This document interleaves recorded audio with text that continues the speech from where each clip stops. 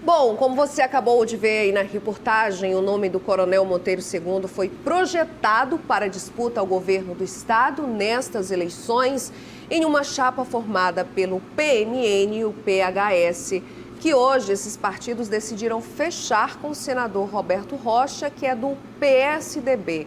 E é com o Coronel Monteiro que eu converso aqui no estúdio. Boa noite, Coronel. Bem-vindo aqui ao Maranhão Acontece. Boa noite, Bianca. Uma satisfação muito grande estar com você, estar no programa e poder dizer de viva voz o que de fato se passou. Eu quero saber, então, o que de fato se passou. Ótimo. Nós vínhamos com a disposição de enfrentar uma candidatura ao governo do estado já desde final de 2016, quando iniciamos conversas com Jair Bolsonaro. As conversas sempre foram muito objetivas e muito promissoras. Com o decorrer do tempo, a coisa foi se consolidando. Em março deste ano, eu não sei o que se passou nos bastidores, mas eu fui convidado para uma reunião em Brasília, onde eu já deveria receber a unção de candidato ou de pré-candidato ao governo do estado com apoio de Bolsonaro. Na época, pelo PSL. Na época, pelo PSL, partido ao qual eu era afiliado.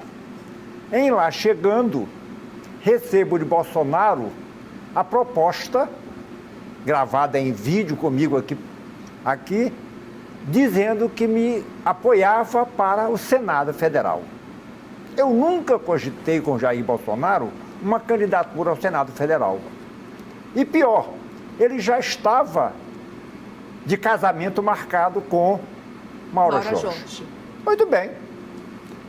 Enquanto me sentisse um noivo traído ou uma noiva traída, eu não aceitei a proposta dele e o PHS, de pronto, abriu as portas para mim. De pronto mesmo, no mesmo dia. E já foi lhe oferecendo assim um projeto de ser o candidato ao governo do estado pelo partido? Quando eu fui para o PHS, o então vice-presidente, presidente do diretor estadual, Jorge Arturo, foi com essa conversa que me levou para o PHS. E vínhamos o tempo inteiro acalentando este propósito. Quando, há algum tempo atrás, não mais do que um mês atrás, as coisas começaram a tomar um outro rumo. Mas ainda assim, nós não nos sentimos ameaçados. Porque a alegação era: coronel, faça a sua campanha. O partido não tem condição de fazer a sua campanha agora. E mesmo na campanha, vão ser muito parcos os recursos. Eu entendi, não vi dificuldade, eu sei trabalhar, eu não sou incompetente, graças a Deus, sei dar rumo às minhas coisas. E fizemos uma pré-campanha maravilhosa. No sul do estado, em Balsas, na terra do senador Roberto Rocha, eu tenho uma expressão de votos que incomoda alguns pré-candidatos de tamanho ou de calibre bem mais interessantes que o meu. Então, começou uma conversa com o PMN. E nós conversamos, ao longo dessa nossa trajetória, com Gastão, com José Reinaldo, com Maura Jorge, com Eduardo Braide. E qual era a nossa proposta? Fazermos um movimento capaz de enfrentar, por um lado, Flávio Dino, por outro lado, o grupo Rosiana Sarney. Entendíamos que podia formar uma terceira via. Roberto Rocha só foi motivo de conversa nossa bem recentemente. Até então não nos ocorria conversar com ele. Achávamos que podia, juntando esses candidatos, que não tinham ligação nem com Maura Jorge, nem com Rosiana Sarney, nem com Flávio Dino, nós podíamos tranquilamente criar a famosa terceira via E essas forças seriam capazes Todas unidas. Todas unidas. E dizia sempre, eu não estou preocupado em ser o cabeça da chapa. Eu posso até não ser nada, desde que esse grupo se consolide. Bom...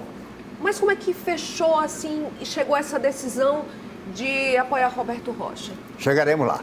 Então, chegamos a firmar na minha casa compromisso, que eu não vou citar o nome dos atores dessa composição, para não causar mais desgaste ainda. Então, nós chegamos a firmar compromissos entre esses atores que eu lhe falei.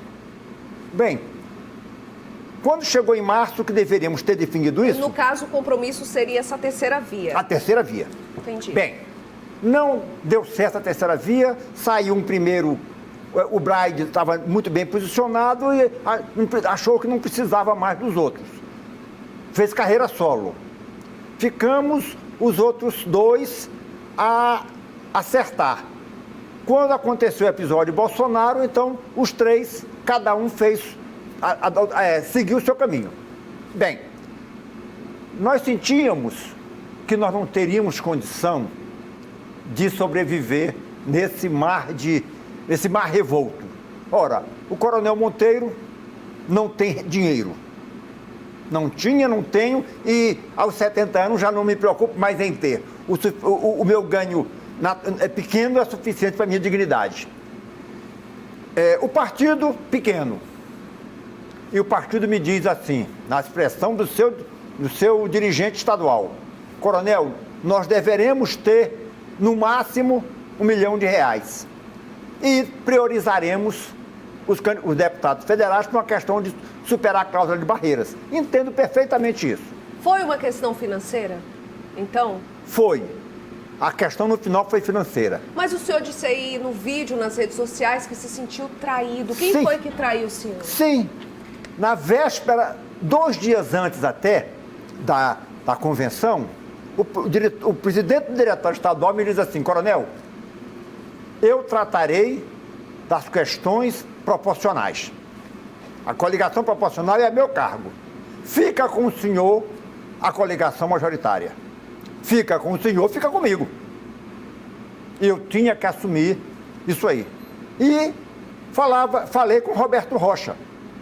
Roberto Rocha disse: Coronel, eu estou tendo conversa com Alexandre Almeida e com Pedro Maranhão, que são meus interlocutores diante do PHS.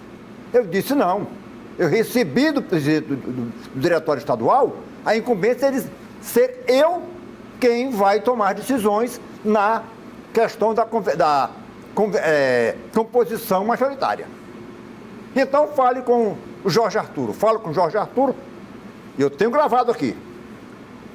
Coronel, eu já disse para o Roberto Rocha, quem trata esse assunto é o senhor.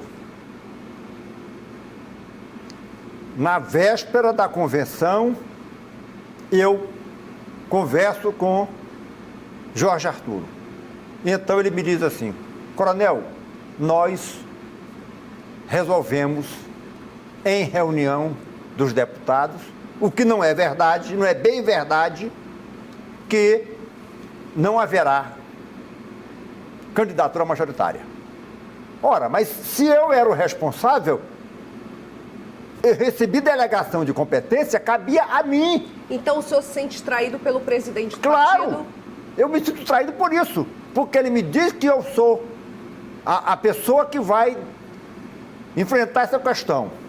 E quando eu digo que a questão está enfrentada, que não coligaremos com o PSDB, porque o PSDB não nos dá espaço, eu cheguei a admitir a possibilidade de ser candidato a vice de Roberto Rocha, embora sabendo que o Roberto Rocha não decola.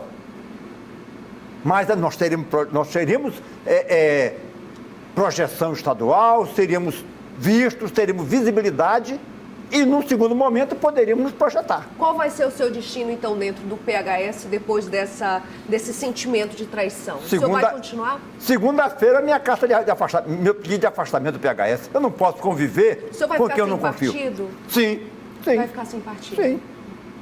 Olha, eu gostaria muito de agradecer a sua presença aqui no Maranhão Acontece. Eu que agradeço. Os esclarecimentos, o espaço continua aberto. Muito obrigada. Eu que agradeço, de verdade.